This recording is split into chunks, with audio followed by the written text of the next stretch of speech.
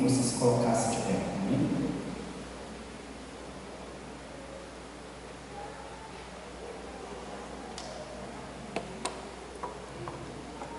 Glória a Deus. Queria que você fechasse os seus olhos. Senhor Deus e Pai, nós te louvamos, nós te agradecemos, porque, Senhor, sendo tão pequenos, aprove Deus fazer-se homem e vir para o resgate. Aprove Deus estabelecer o mistério da reconciliação e trazer este serviço, esta tão grande obra até nós. Eu peço que a partir desse momento o Senhor possa trazer às nossas mentes concentração, para que a gente possa ouvir, para que a gente possa compreender a Tua Escritura. O Senhor possa nesse momento apaziguar as nossas mentes, apaziguar os nossos corações, apaziguar esses conflitos interiores, para que a gente possa de fato estar atento à Tua mensagem.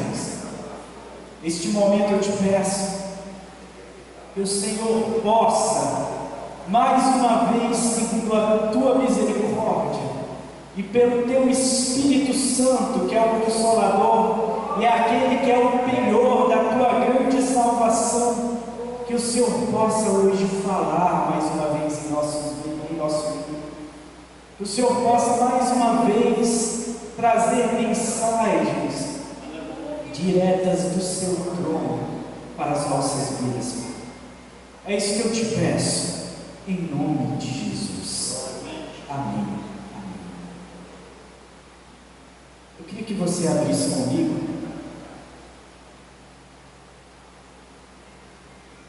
essa semana. Eu estava lá em casa, eu estava refletindo um pouco acerca do ministério de Paulo. Você já pode sentar, tá bom?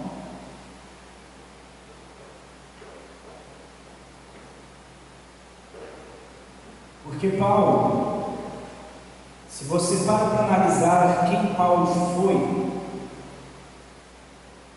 e a vida de Paulo, ela estava fadada para o olhar humano, ela estava predestinada ao sucesso humano.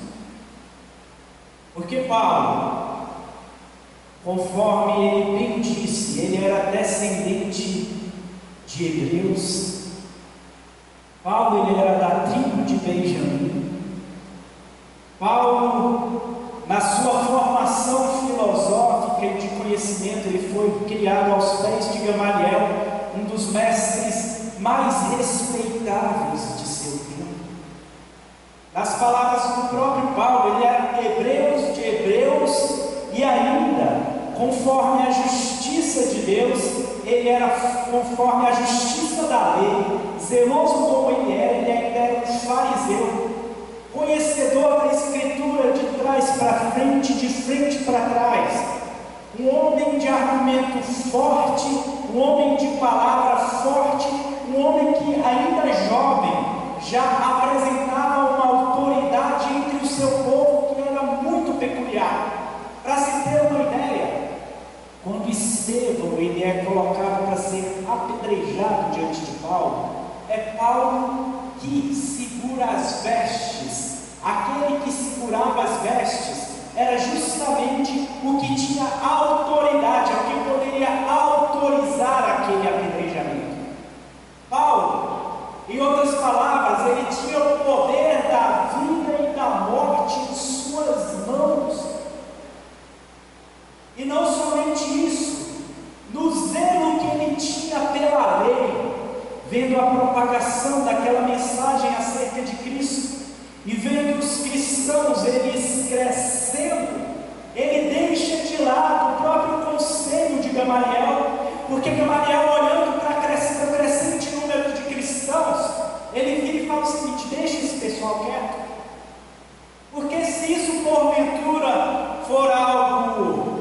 que não seja de Deus, já acaba. Não sei se vocês sabem, mas naqueles dias, muitos cristos já haviam aparecido antes de Jesus, e tantos outros apareceram após Jesus. De vez em quando aparecia lá alguém se dizendo o Henri Cristo, tipo esse que mora aqui perto do Gama, e aí alguns conseguiam conquistar alguns seguidores, e logo acabava aquele movimento, ninguém mais nem ouvia falar, tal como nós nem sabemos mais direito o nome desses movimentos. Mas Gamaliel, o mestre de Paulo, chega a aconselhar: gente, deixa esse pessoal quieto. Se isso realmente não for de Deus, isso vai acabar. Mas se isso for de Deus, isso vai permanecer. Note que não é um conselho que passa na prova do tempo, mas é um conselho muito piedoso, de um homem que já era velho, de um homem que já era sábio, e de um homem que já conseguia se conter nos seus impulsos.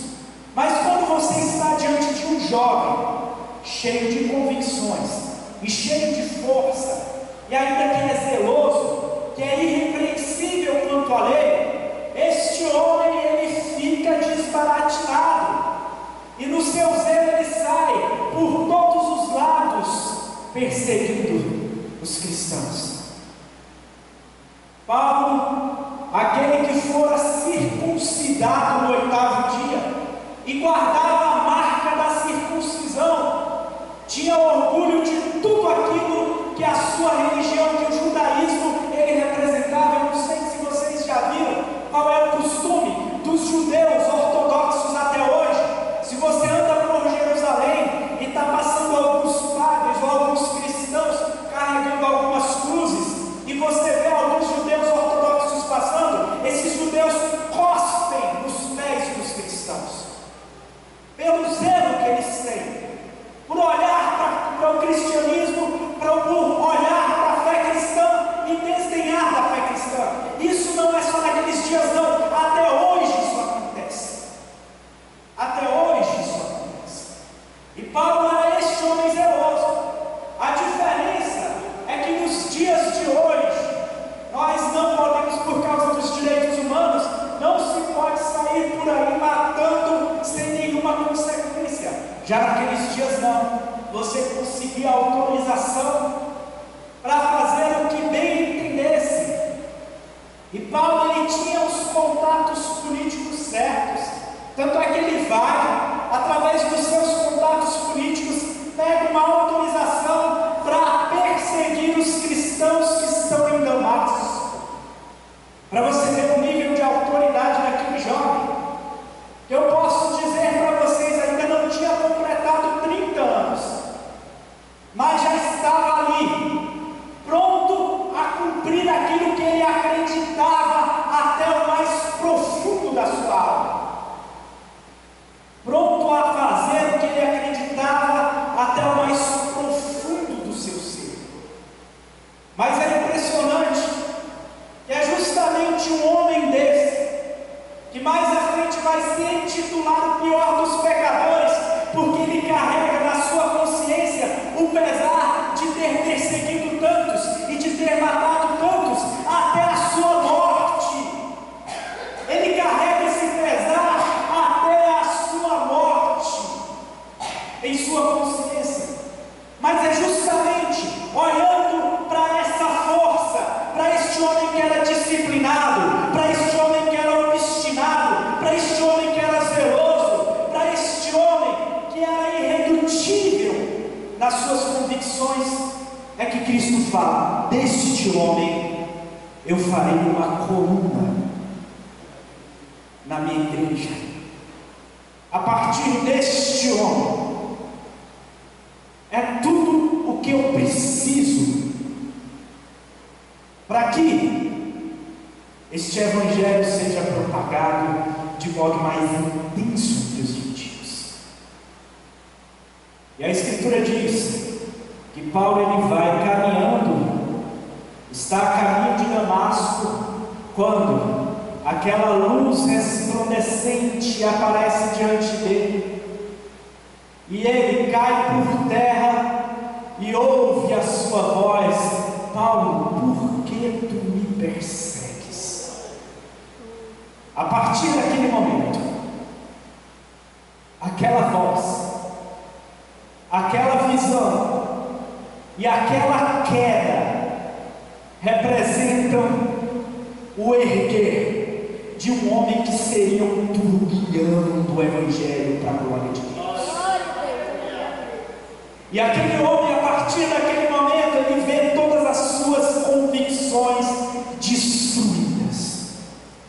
Ele vê todas as suas convicções caindo por terra. Ele vê tudo o que ele acreditava e ele passa a considerar tudo aquilo como monturo, como esterco. A própria circuncisão, para a qual o que se tornava orgulho entre os judeus, como sendo o sinal de Deus no homem, Paulo se torna combativo para com as tradições judaicas, até as mais profundas. Ele se torna combativo e ele passa a dizer: não há necessidade disso, basta que você se firme na simplicidade que habita em Cristo. Paulo, ele se torna combativo das próprias tradições. Um homem antes zeloso por conta da lei, agora liberto pela graça. Um homem antes perseguidor, agora ele se torna o perseguido, ele se torna o maltratado, ele se torna o atribulado, tudo por amor deste Evangelho. Eu acho impressionante que a conversão de Paulo é de fato essa síntese. É assim, o arrependimento, ele é justamente isso. É você abrir mão de tudo aquilo que você sabe que era apenas falha, que apenas havia sido edificado como um castelo de cartas e que no mais leve sopro tudo vem a ruir. Quem já viu aqui um castelinho de carta de baralho? Alguém já viu? Montadinho assim? Basta um ventinho desse ventilador aqui e aquilo vai ao chão, e aquilo cai por terra. E as convicções baseadas em credos, as convicções baseadas na idolatria, porque Paulo, ele se percebe mais à frente que ele era apenas um idólatra, alguém que idolatrava a lei, alguém que idolatrava a tradição, alguém que idolatrava os costumes. E a liberdade dessa idolatria significa você abrir mão de todos os ídolos que você tem diante de você. E abrindo mão disso tudo, ele de fato passa a perseguir outro objetivo. Em Filipenses, no capítulo 3, ele falando sobre a sua carreira diante agora desse Evangelho que o libertara, ele diz o seguinte: não que já tenha alcançado, ou que eu já seja perfeito, mas eu prossigo para alcançar aquilo que também, pelo que também fui preso por Cristo Jesus. Nota que Paulo, que antes se julgava livre, agora ele se vê completamente cativo. Por isso que ele se diz crucificado com Cristo.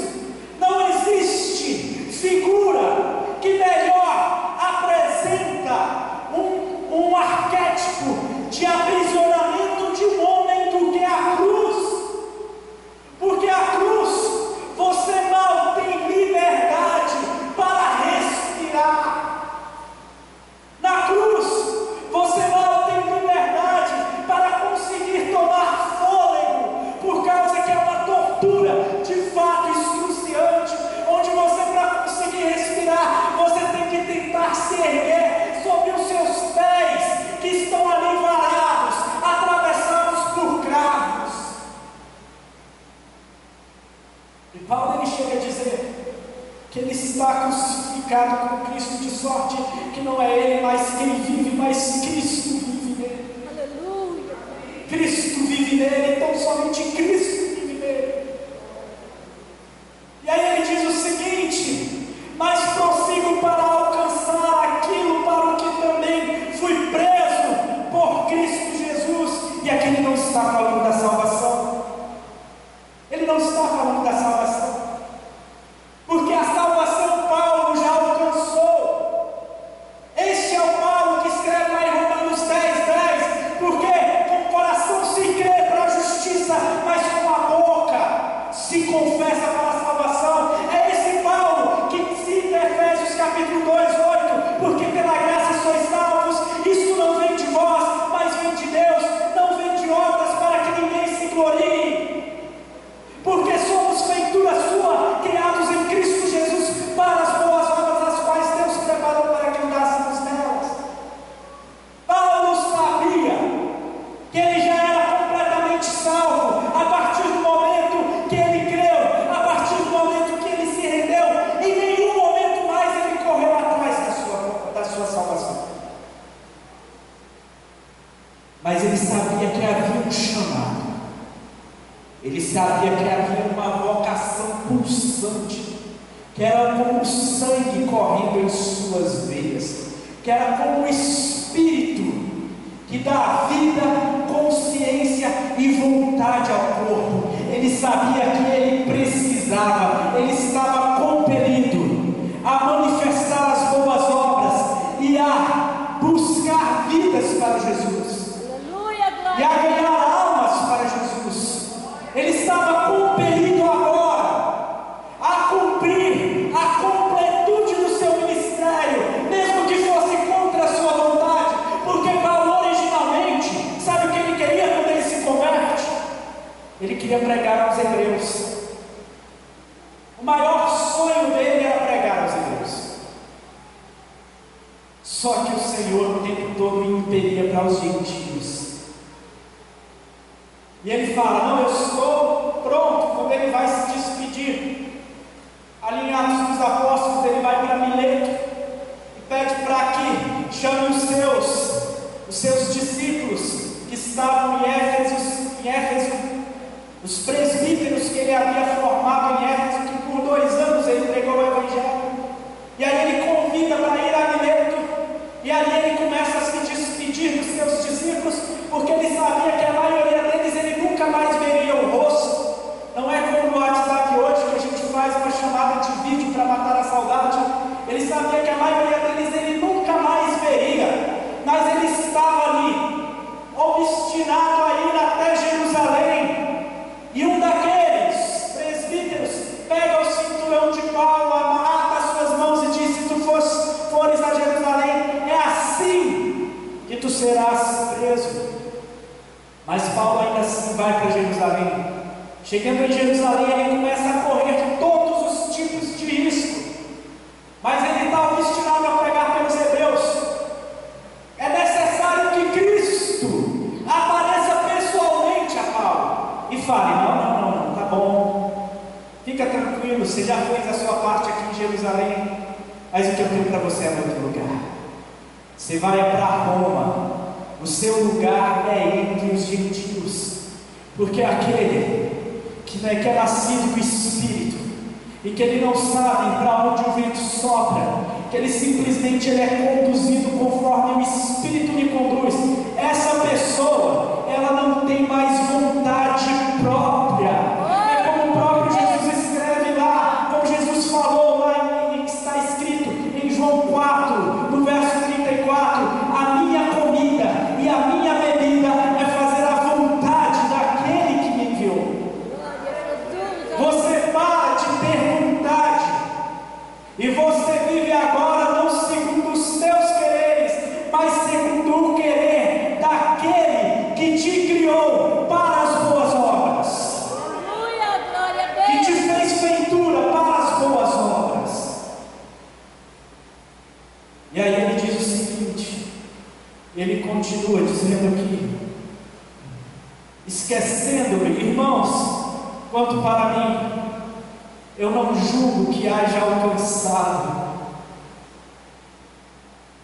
mas uma coisa faço, é que, esquecendo-me das coisas que para trás ficam, e avançando-me para as que estão diante de mim, eu prossigo para o alvo, pelo prêmio da soberana vocação de Deus em Cristo Jesus.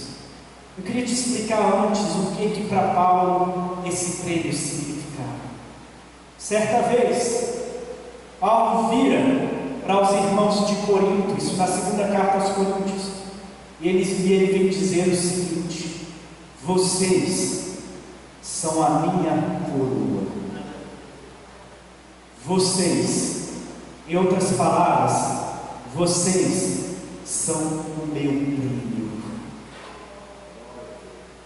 Paulo passa a vida não buscando uma pedrinha lá do céu, mas ele sabia que cada vida que fosse resgatada da boca do inferno, que fosse arrancada de dentro do inferno para ser levada à salvação, e que seu entendimento fosse levado cativo a Cristo, ele sabia que ali, em cada vida dessa, ele recebia a sua soberana premiação, o prêmio da sua soberana vocação.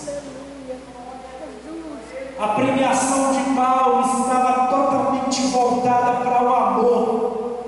A vocação de Paulo estava totalmente voltada e inclinada para o amor. Mas para isso é necessário deixar o que para trás fica. Eu disse para vocês que Paulo, ele guardou o peso na consciência até o fim dos seus dias de saber que foi um perseguidor dos cristãos. Mas Paulo, ele não vivia debaixo do jugo da culpa.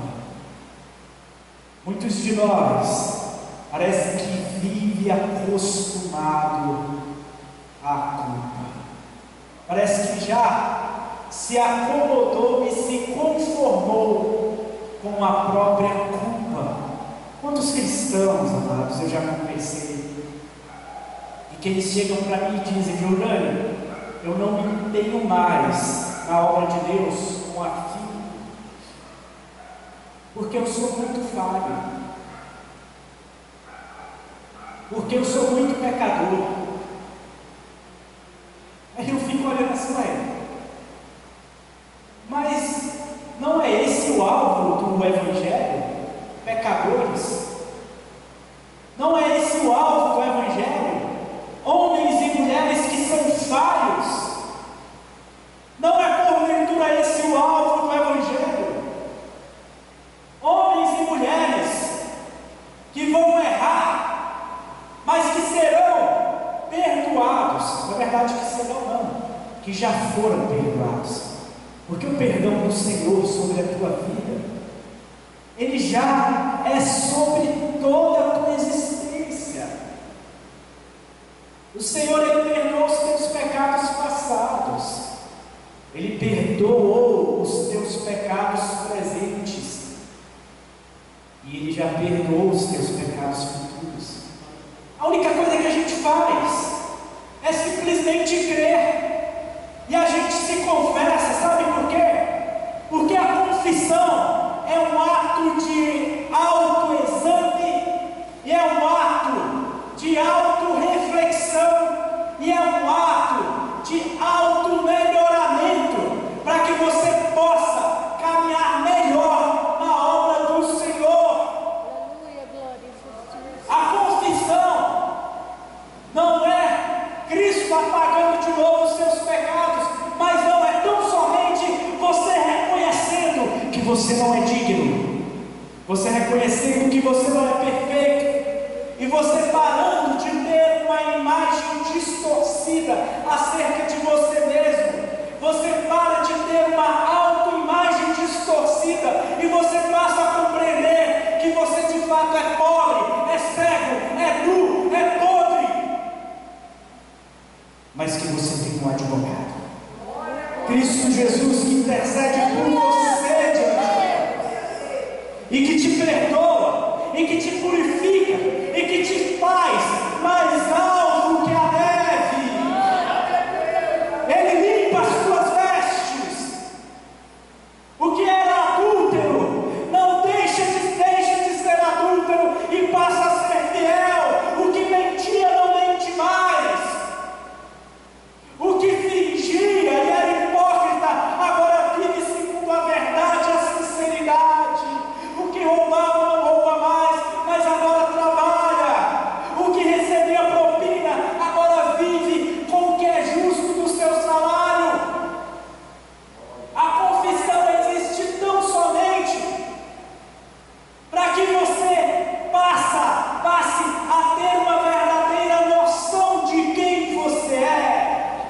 quem já se permitiu confessar os seus pecados sabe disso.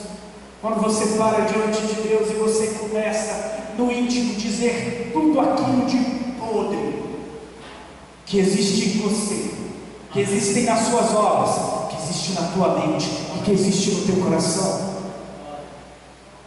Paulo então aqui, deixando as coisas que para trás ficam, e o teu pecado, a tua culpa, de fato tem que ficar para trás,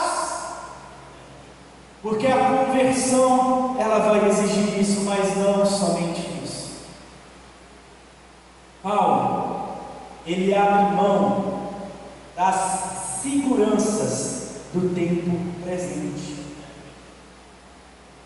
Paulo, ele passa a olhar para tudo aquilo que é palpável, que é visível, que traz sensação de segurança. Ele passa a olhar para tudo isso e ele fala o seguinte: isso daqui é apenas uma ilusão. Isso daqui na verdade não é real.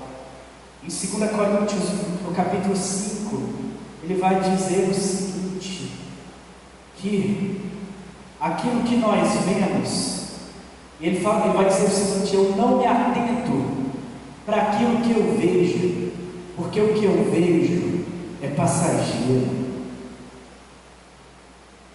mas eu me atento para aquilo que eu não vejo, porque aquilo que eu não vejo, isso sim é eterno. Isso sim é real. A realidade se assenta. A realidade, ela se transfigura justamente naquilo que nós não vemos. Isso é abrir mão da segurança de uma vida bem-sucedida. É abrir mão da segurança de uma vida onde você prefere se esconder do que falar a verdade, onde você prefere se ocultar e se omitir do que ser um arauto, uma voz, uma testemunha do Evangelho da salvação. Paulo, ele abre mão de tudo isso para viver o quê? Perigos na cidade, perigos no deserto, perigos nas montanhas, perigos nos vales, perigos entre os judeus, entre os seus consanguíneos, perigos entre os falsos irmãos da fé, perigos de todos os tipos. Paulo passa a vivenciar, porque a partir de agora ele não se preocupa mais com a segurança, uma vez que ele já sabe quem está no controle da vida dele, no controle absoluto da vida dele. Certa vez nós conversamos sobre isso daqui um pouco. A gente entra no ônibus, e eu já vi o pastor também falando disso. Na verdade, o Bruno, esses dias, citou que o pastor também falou disso, entendeu? Nós entramos no ônibus, às vezes a gente senta ali na cadeira e a gente dorme confiando no motorista que está nos levando para cima e para baixo. A gente entra num avião, a gente fecha os olhos, a gente descansa porque a gente confia no piloto, e a gente não tem coragem de fechar os nossos olhos e descansar quando Cristo está conduzindo a nossa existência. Meu Deus, descanse no Senhor, mas esse não é um descanso inativo, esse não é um descanso baseado na inatividade da pessoa, mas é um descanso proativo, é um descanso que age, é um descanso que tem ação, é um descanso que tem atitude, é um descanso que continua correndo em direção ao alvo, ao prêmio da grande vocação, deixando as coisas que para trás ficam, significa a gente às vezes dormir um pouquinho menos, significa a gente parar um pouquinho de mexer naquilo que é cômodo, naquilo que tanto vicia o nosso ser. É a gente entender que o nosso propósito já foi traçado diante da gente, e fugir desse propósito é cair no abismo existencial. E a maioria das pessoas está hoje desesperada, sem encontrar razão para existir, porque simplesmente fugiu deste propósito. Fugir deste propósito é olhar para trás e desejar novamente aquela comodidade, aquela segurança que aquele viver antigo parece nos dar, parece nos oferecer melhor. Amados, enquanto eu fazia essa reflexão, eu ainda citei ali o caso da mulher de Ló. A Escritura nos diz lá em Gênesis, no capítulo 19, Sodoma e Gomorra era uma cidade próspera, era uma cidade rica. Sodoma e Gomorra, ela existia mais ou menos naquela região de proximidade ao Mar Morto. Sodoma e Gomorra, ela era uma cidade que era mercadante, era uma cidade comercial, era uma cidade avançada em tecnologia, era uma cidade avançada do que eles chamam de consciência e de tudo mais, dentro do liberalismo e da libertinagem que acontecia naquele tempo. Parece muito com os dias de hoje, Sodoma e Gomorra. E aí, Ló, com suas duas filhas e sua esposa, são convidados, na verdade, são compelidos, porque os anjos pegam-lhe nas mãos e os puxam para fora da cidade, e eles continuam indo para fora daquela cidade. Mas a Escritura diz que a mulher de Ló olha para trás. Não foi um olhar para trás. Nós vamos ver que a mulher de Ló, de fato, ela retornou para Sodoma e Gomorra. Isso nós vimos Jesus mais à frente falando disso. Ele fala, porque naquele dia, aquele que estiver no telhado não desça, aquele que estiver no campo não retorne, e aquele que estiver em tal lugar não olhe para trás, não volte para trás. Lembrai-vos da mulher de Ló. Quando Jesus diz, aquele que estiver em tal lugar não volte para trás, lembrai-vos da mulher de Ló, ele está dizendo que a mulher de Ló não só olhou, como ela também decidiu retornar para a segurança do que aquela cidade lhe proporcionava. Eu imagino que a casa deles lá era uma casa invejável, provavelmente uma casa moderna. Se naquela época o mármore era utilizado no piso para dar brilho e para dar glamour, provavelmente a casa de Ló era essa, que era toda no mármore, onde você via na arquitetura o esplendor. Eu acho que ele imagina o conforto da sua cozinha planejada. Gente, isso aqui é brincando, entendeu? Tem nada, isso vai ser não. É da sua cozinha planejada, dos seus móveis. E agora ela fala, quer saber? Eu estou indo para onde? Eu estou indo para aquele lugar deserto. Porque quando Ló estava junto ao seu tio Abraão, e aí Abraão fala para ele, Ló, escolhe o lugar para onde tu queres ir. Ele vê um lugar mais bonito e vê um lugar deserto.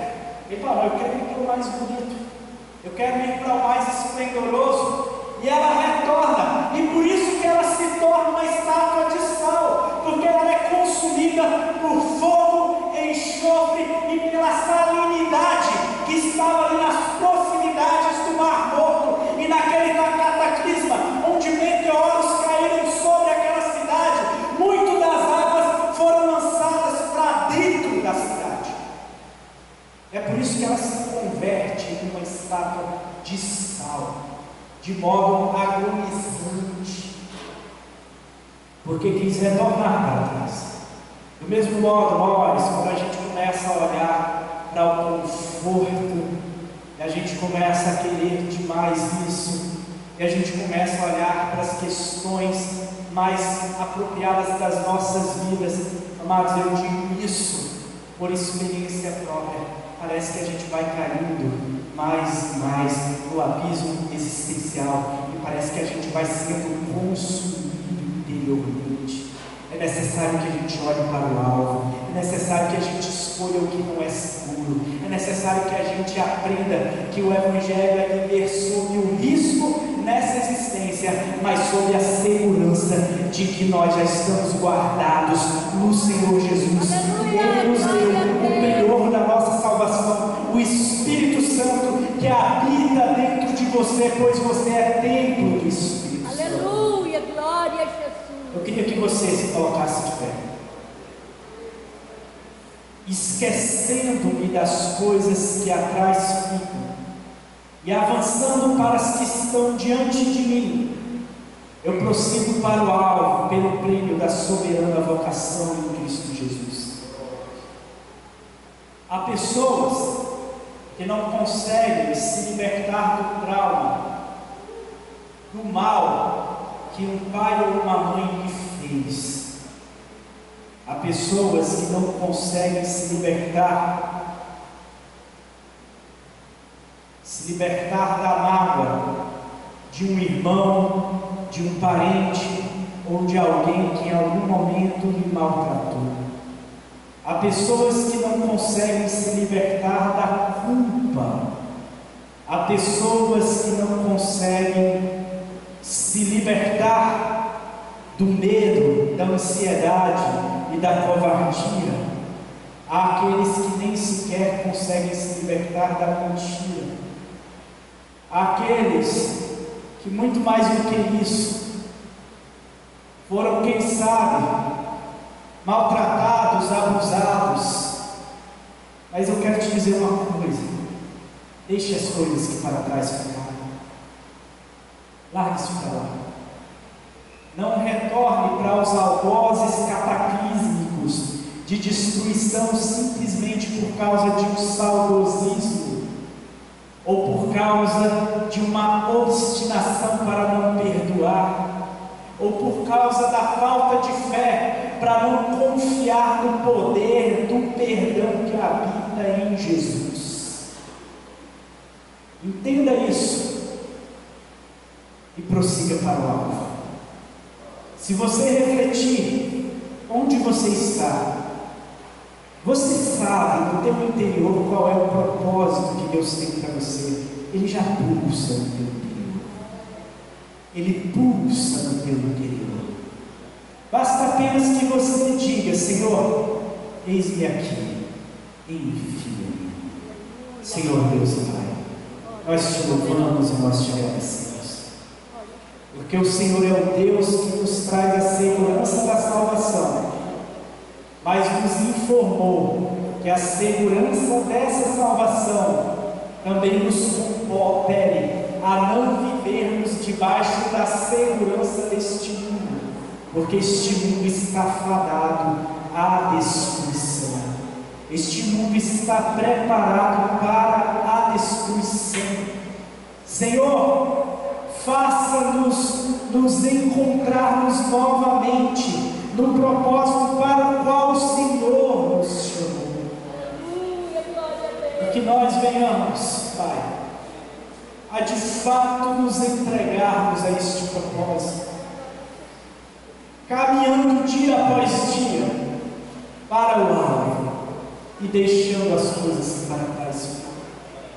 Senhor, aqueles que não conseguem perdoar ou que vivem algum tipo de trauma, eu peço que o Senhor agora arranque isso, cure isso, e que o Senhor manifeste dentro dessa pessoa poder para perdoar, porque essa virtude de perdoar pecados é uma virtude que parte de Ti, Senhor, mas que se comunica conosco, e o Senhor nos deu autoridade também para que nós perdoemos. E se nós perdoarmos aos que nos devem, nós seremos perdoados da nossa grande dívida diante de de Ti, Senhor.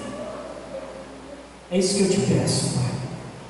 Espírito da consolação, Espírito da reconciliação, Espírito de ousadia, Espírito de coragem, Espírito de sabedoria, que o Senhor habite sobre esta igreja e nos conduza, Senhor, para o alvo, para o brilho da soberana vocação que nós temos em Cristo Jesus.